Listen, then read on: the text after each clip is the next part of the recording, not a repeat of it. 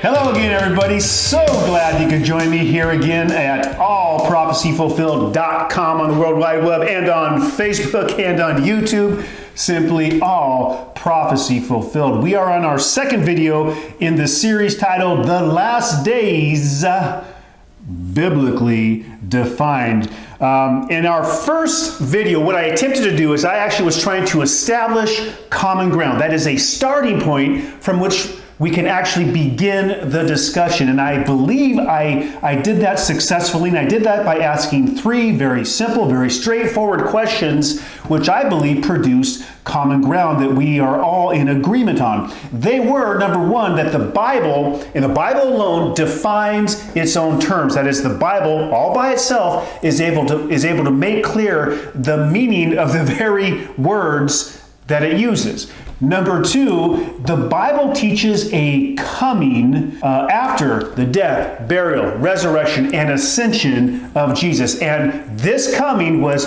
future to the New Testament writers. Number three, the Bible teaches that this coming would occur in the last days. And I think probably more specific than that, we should say that this coming would actually bring the last days to a close or to an end. And by the way, nobody contacted me to actually disagree with any of these 3 points. So I'm going to proceed with the assumption that we are in agreement on those points. So now that we've established that, I think we are ready to proceed from this agreed upon starting point or common ground. Now, as you know, I invited comments and questions and feedback and all that. And yes, I did receive some from a few folks. However, I'm going to be honest with you here. The kind of feedback that I get, or I got, or I received, unfortunately, it's the kind of feedback that I've grown to expect. And I say unfortunately, and look, I'm not trying to be mean-spirited here. But most comments seem to be almost this knee-jerk reaction to something they didn't like, you know, as opposed to like comments and questions spurred through actual critical thinking of their own. And I'm not trying to be unkind there, but what I'm really trying to say is I think it can be so easy to simply watch these videos but not really listen, not really consider, not really think about it, and react in this kind of knee-jerk reaction type of way. So, like I said, I had a few folks contact me, and the reason I say this is because it went like this. And it just seems like it always goes like this, and I'm not sure why. First, the people tell me that I'm wrong, and that's fine. I can handle that. Maybe I am wrong. And then they immediately jump into these long diatribes about how the last days can't be past days because this hasn't happened, or this hasn't happened, or this hasn't happened. Or the next thing that has to happen, is the Antichrist is revealed, or something in the Middle East has to happen over here, or the tribulation here, and all this stuff. And then after all that, then they kind of throw up all these verses from Revelation on me, as if that's the cherry on top that somehow proves or confirms everything that they just said. Now, look, that's fine. I mean, people have opinions, and I get that. I have mine, you have yours. But do you see the problem with that particular approach? You see, what they do is they totally disregard the foundational common ground that was established. So they jump off the agreed upon common ground that we've established, and then they try to enter the conversation on their own terms or from their own starting point. And that's my point. We cannot come into the conversation from all these different angles with our guns a-blazing. It just doesn't work. There has to be a collective starting point, and that's what I was trying to achieve in the first video. If we're to make any progress whatsoever, I think we have to be responsible enough to realize this and then to say, okay, we've agreed upon these 3 points. So that's our common ground, so let's go from there. Doesn't that just make more sense? I mean, doesn't that sound like the way to go? I mean, it does to me, and that's what I'm trying to do here.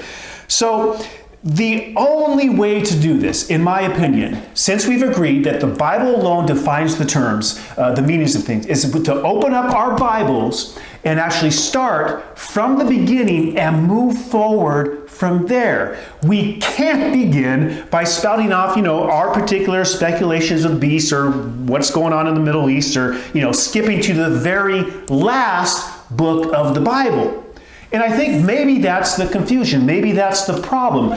Would it surprise you, and think about this, would it surprise you to know that the very first passage or mention in the Bible that speaks of a last days is in the very first book of the Bible, right? As opposed to the last book of the Bible, where so many people try to begin the discussion. So this is what we're going to try to do today. We're going to begin in Genesis and move forward looking at the passages that refer or use the term last days, latter days, latter end, or the end. It really depends on the translation, and we'll look at that. See, we are going to allow Scripture to establish the definition and then develop the concept of the last days as we go through the Old Testament. And then when we get to the New Testament, we'll deal with that when we get to that. Okay, now before we proceed here, I'm going to have to get just a little bit academic here with you for about 3 minutes, because I'm going to look at two particular words in the Hebrew that are relevant to this series. These two Hebrew words are the words that we see translated in our English Bibles in the Old Testament as last, or latter end, or the end, or sometimes just end. The first word we're going to look at is the word akarith. I think I'm pronouncing that right. Akarith, and we see that 61 times in the Old Testament. Now it means the after part, or the end, or the final ending, or the final period.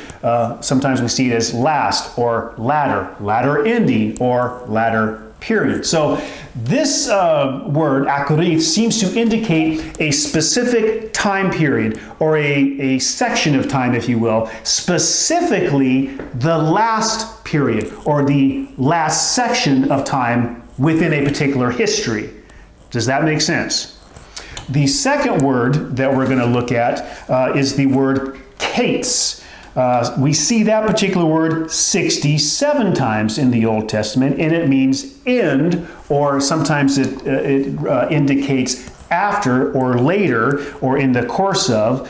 Sometimes it is translated endless, or the farthest, or as in the farthest border, or the goal, the highest peak, or the limit, if you will.